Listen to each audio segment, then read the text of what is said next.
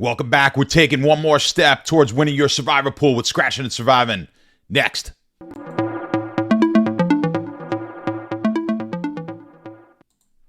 All right, guys, we are Scratchin and Survivin here. Survivor pools, NFL. We are in week 9 now of the NFL, flying through halfway, midway point in the NFL season. It has been a wacky season. Last weekend, though, a bit chalky. So you probably, if you were in a Survivor pool, you probably survived in advance unless you took a really off-the-wall pick. The main picks that were being taken in most pools did come through for, I think, maybe the first week that we had just all of the big chalky picks win, and won fairly easily.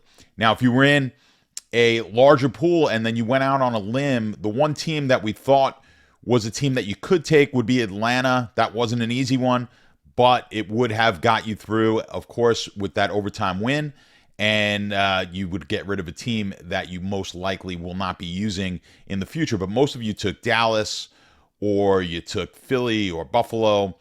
Philly was probably the other team that you took, or Dallas. Those were the two big teams last week. In the small pool that I'm in with 3 people, I was the only one with Dallas. There were 2 Philly, so I did have a chance to win the pool right then and there, but both teams won fairly easily. But like we talked about last week, now I couldn't take Buffalo or Philly, but my opponents both had Philly obviously available to them. They took them.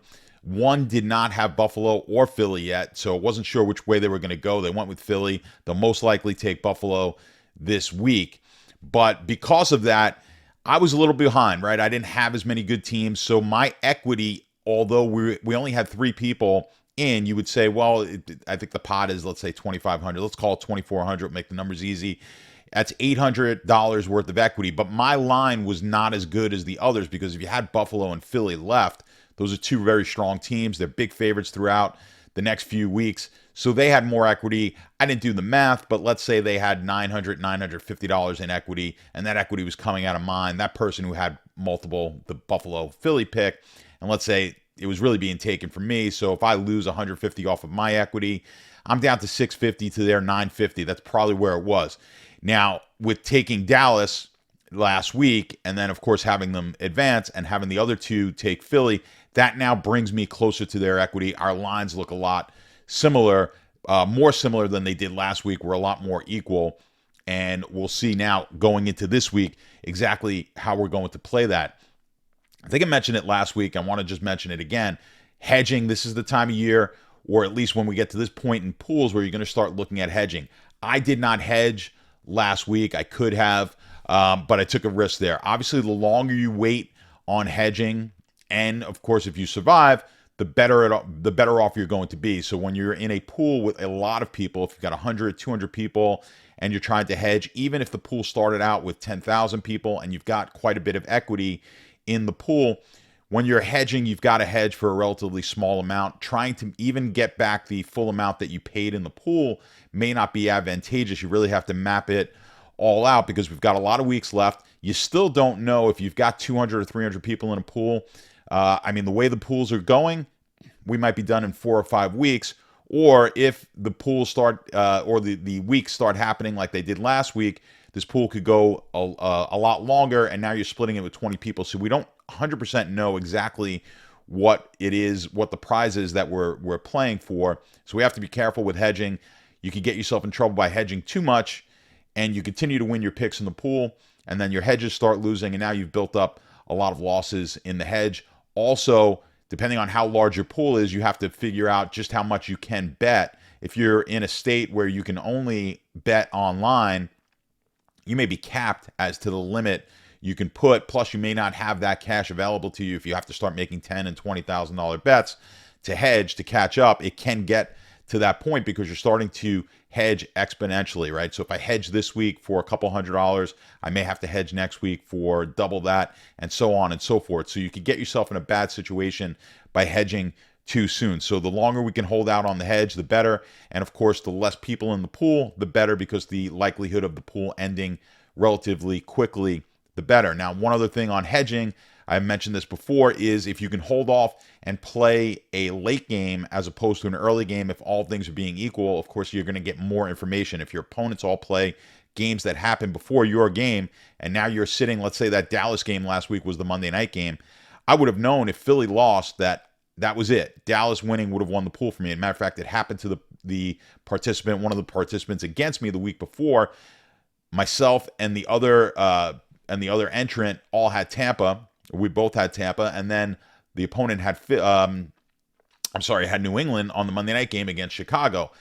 Now, if they were smart, I don't know the person. If they were smart, they would have hedged on that game. They would have won their bet with Chicago, advanced in the pool. Let's say I think the pool is worth about, like I said, about $2,400. They easily could have put a hedge in there for $500 or so. They would have won that bet. Now they'd be up $500 minus whatever it was. It was like a $50 entry fee into the pool. So if they had one or two entries, maybe they had two, they lose $100. They're net plus $400. They're playing with house money, and they've got $400 in their pocket, and they're in a good situation. Of course, that there's potential where you're going to do that again. Potentially, you could do that more and win more money than the actual pool is worth. So we got to play this smart. I don't like hedging when it comes to parlays and future bets, and now I want to hedge against that. And I've got a video in the Sharp Academy inside the Sharp app, which, again, guys, I didn't mention the Sharp app, but if you download the Sharp app, there's something called Academy. When you go to content, up in the top of the content section is something called Academy, and I've got a lot of videos there on sports betting that you might want to check out. One of them is on hedging and why I don't like hedging, but why I do like hedging in pools is because we really didn't get into the pool paying a vig usually. Now, maybe your pool, the owner of the pool does take out a small percentage for themselves, or they're expected to take a tip. Now, guys, if you win your pool and whoever runs the pool does not take a percentage for themselves, you should be giving 10% of your winnings back to that person. As someone who runs pools, it's extremely difficult chasing people down to get paid, managing everybody, answering emails, and not that most people don't do it for the money, but it's a nice gesture. And trust me, if anyone who runs pools will appreciate it. And as a matter of fact, I've seen some people get pretty upset if they don't. I never get upset. People, you want to tip me out for a pool. Thank you very much. If you don't, thank you. But you really should tip the person who's running the pool if you win, if they're not taking anything out of the pool. All right. So that's why I like hedging in those scenarios, because when you're paying a vig, whenever you make a bet, a futures bet or whatever it is, you're paying some sort of a vig, even if you don't necessarily see it up front. In these pools, like I said, you're either paying nothing or it's a very small vig, and it's a small amount of money with a chance to win a big amount of money, and it's a situation that you're not going to be in often. When it comes to sports betting, for me, I'm betting every single day. I'm in those situations quite frequently, so sometimes I'm going to win them, sometimes I'm going to lose. My EV becomes lower if I hedge those plays because I'm paying a vig on the hedge bet. All right, so hopefully that makes sense. It'll make sense in the video that I did. If you guys want to check out that video, again, like I said, in the Sharp Academy on hedging and whether or not you should hedge and just the math behind that. All right, enough of my blabbering for now. Let's jump into the Survivor Grid. Take a look at what we got going on here this week. I've already crossed out my small pool and like the teams I've taken, and that'll just help us with my thought process on my pool. Obviously, your lines are going to be different, who you can take, who you can't take. My big pool is a double elimination pool, and that's not the one that I'm showing here, but I've got two picks, not double elimination, but it's a double pick week here in week 9. In that pool, I can actually take Philly and Kansas City. I don't have Cincinnati available to me, so I'm going to wind up probably going with Philly and Kansas City, but we're going to go through that right now. Let's take a look at, a lot of you are in a similar situation. If you're still alive, you're in a situation where there's not too many people left in your pool, like mine with the 1 out of 3. And I'm faced with the decision, do I take Kansas City or Cincinnati? I mean, that's really my choices. I guess New England would be a possibility. But again, small pool, I don't want to take that risk. Why am I taking New England? Why am I taking the third best choice available to me when I don't necessarily have to? So a few things we have to look at. The obvious choice is Kansas City. What do my opponents have available to them? Now, one of my opponents can take Buffalo. Both of them, as I told you, took Philadelphia last week. One has Buffalo remaining. So I'm anticipating that one is definitely taking Buffalo. The other one most likely is going to take Kansas City. So the person with Buffalo is actually going to be in that situation that I was in last week. in that they're going to be out on by themselves with a chance to win the pool. So that's always a good situation to be in. We can't always be in that situation. And it doesn't look like I'm going to be able to get myself in a position like that this week. But what do I want to do here? Obviously, on paper, just looking at this week, I'm on Kansas City. Now, the person who could take Buffalo will assume they take Buffalo. Now, the other one who has taken Philly and Buffalo has not taken Kansas City. They're more than likely going to take Kansas City, but maybe they outthink themselves and take Cincinnati. That would be a great situation for me. We want as few people taking the same team as you when you get down to a small amount of people in the pool, because the potential there is to win. It becomes less likely now if one person has Buffalo, one has Cincinnati, and I have Kansas City. But all three of us now are in a position to possibly win the week. The guy with Buffalo, of course, has the advantage. I would have the second best advantage or second best choice here. I'd be the second pick if you were betting on this at a sports book, and then the Cincinnati person would be the worst, right? So you'd say, why would the Cincinnati person, or why would they take Cincinnati in that situation? Well, for one, some people maybe aren't that bright. Two, potentially they're looking at future weeks and they would have to use they wouldn't use Cincinnati, and they'd maybe have to use Kansas City in week 10.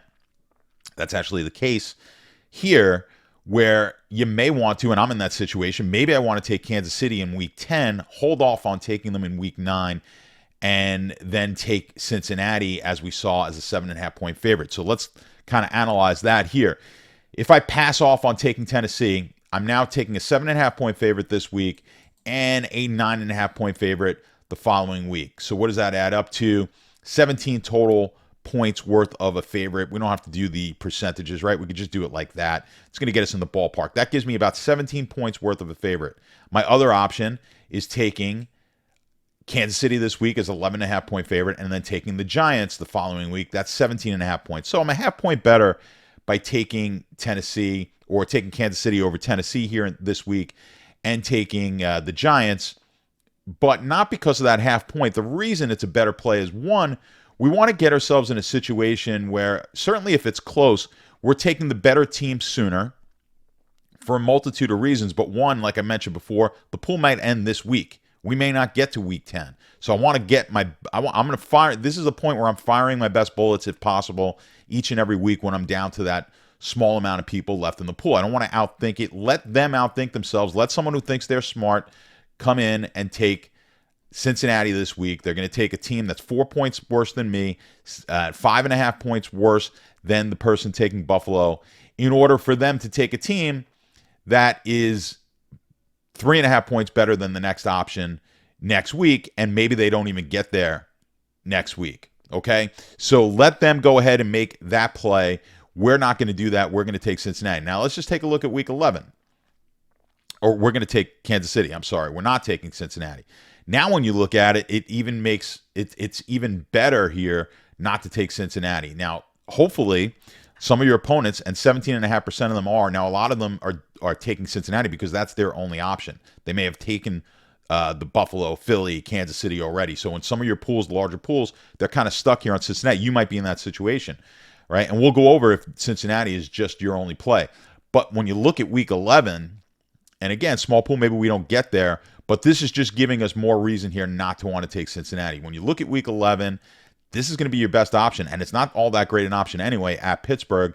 But do you want New England against the Jets? Do you want Kansas City and the Chargers? I mean, these are not great options. Atlanta over Chicago, right? Not great options here. So Cincinnati is the only thing that remotely looks like an option. If you could possibly take Baltimore available to you, then you're, of course, in a different situation, and week 11 is looking really good to you. But that's not the situation I'm in this pool. So for me, I'm going to take the best possible team available to me right now. That's Kansas City against Tennessee. Week 10, I'm going with the best possible team that's going to be available to me, and that's probably going to be the Giants. Who knows? Maybe the Miami game goes off as a bigger favorite than the Giants, but for right now, it's going to be the Giants, and then week 11, I'll be coming back with Cincinnati. As we know, injuries, all these things change it. That's why we don't like to look too far out into the future. And again, especially when you're in a small pool, we're not going too far out. We don't want to look too far out in the future. But small pool, this is the time you want to start considering making your hedge plays. And this is a week I'm most likely going to put some hedge bets in. How do you hedge? You want to hedge money lines. Now what I do like to do actually is hedge on the spread, because that gives me the opportunity to win my hedge bet and advance in the pool, right? So if I go ahead and bet, we'll open this up. This week I'm taking, if I'm taking Kansas City, and I go ahead and bet Tennessee plus the 11.5 points. Now I'm going to have to make a larger hedge bet than I would if I was playing this on the money line, but I can do it and start hitting some middles potentially. So if I have, like I said, let's say approximately $800 worth of equity, I may take a $300 or $400 bet here this week on Tennessee plus the 11.5. Now I can run the numbers and do the possible EVs on it. And it's going to depend. How much I bet here is going to depend on my opponents. So let's just assume something crazy. The Buffalo person says, I'm going to hold Buffalo for one more week. And they go ahead and take Cincinnati. Now I'm in a situation where I'm in a great situation. I'm going to hedge for more. If I'm Kansas City against two Cincinnatis, I'm going to hedge for a higher amount because I'm in a better situation. So the better the situation, the more you can hedge. Right, the worse situation, the less money you're able to put into a hedge. Right, so if we all take Kansas City, I'm going to hedge for less. Now I can't lose the pool and I can't win the pool this week. So maybe I wouldn't even hedge it at all because there's no downside to me. We can all advance, or no matter what, we all advance and we can't win. So I probably would put no hedge there. Right, so that's the one extreme. The other extreme is both take a lesser team, and I have Kansas City, and then my hedge becomes larger. So we're going to have to really see what our opponents do, and that's why I like and advocate for you to be hedging the Sunday night game or the Monday game, or at least taking that game when at all possible, because if we're in that situation, we'll have more information. We'll know just where we stand, or potentially where we stand in the pool with a chance, can we win it, or are we just playing now to hedge to hope that we survive in the pool and advance to the following week. So that's important. Keep that in mind. We'll jump into the spreadsheet. The spreadsheet becomes less and less important, although I do like to refer to it as we go during the season, but it becomes less important because now you're playing a lot more game theory, and the spreadsheet is really under the assumption that you could take every single team available to you. I can mess around with it, personally for my own doing, and eliminate teams that I cannot take. I can do that. I can mess around in the spreadsheet. But just to give you an idea, again, if you're in a larger pool, who you might be looking at, it's giving you Cincinnati as a good play, and that could be here this week, taking Cincinnati. But I would hold off on Cincinnati in a larger pool because of the reason that I mentioned. And let's bring up the Survivor Grid again. We'll talk about larger pools here. But if we bring up Survivor Grid and you're a larger pool, let me just clear all the who we've taken. But let's assume you're in a larger pool and you've taken Philly, Buffalo. Your choice here is, or your choice is between either Philly, Buffalo, Kansas City. Let's say you have one of these teams left, and you definitely have Cincinnati left. In my large pool, I actually don't have Cincinnati, so this is not an option for me. But let's say you do. You might want to look at New England as a potential team. Let's look at the line here for New England. Their best possible opportunity is Week 11 against the Jets. Again, you're still in a situation, if you're one of 300, one of 250, something like that, you're really still not in a great position, even if you started with 10,000 people in the pool. You're still a long ways off from winning. So I don't really mind taking a New England in this situation, or even a Chicago, and then hedging that, at least getting my money back. I will play this as a hedge against the point spread as opposed to the money line, because I want to potentially win my bet and advance. So if I can get New England to win this game by, let's say, 3, I'll win both. I'll win my bet and I'll advance in the pool. Similar situation here with Miami. So I would strongly consider that in larger pools, depending on who I had left. Again, it gets a little tricky for me to give you guys all universal advice. That's why I like when you guys comment down below. I'm able to answer those questions, of course, help you out in the Discord as well. But when we look at New England, Miami's going to have a few more options. So really, New England is a good option if you have them left in a larger pool, because Cincinnati, potentially you're going to want to use them in Week 11, unless, of course, you have one of these other strong teams left. Maybe you have Baltimore left, and then you don't need Cincinnati, in which case I would say Cincinnati is going to be your best play.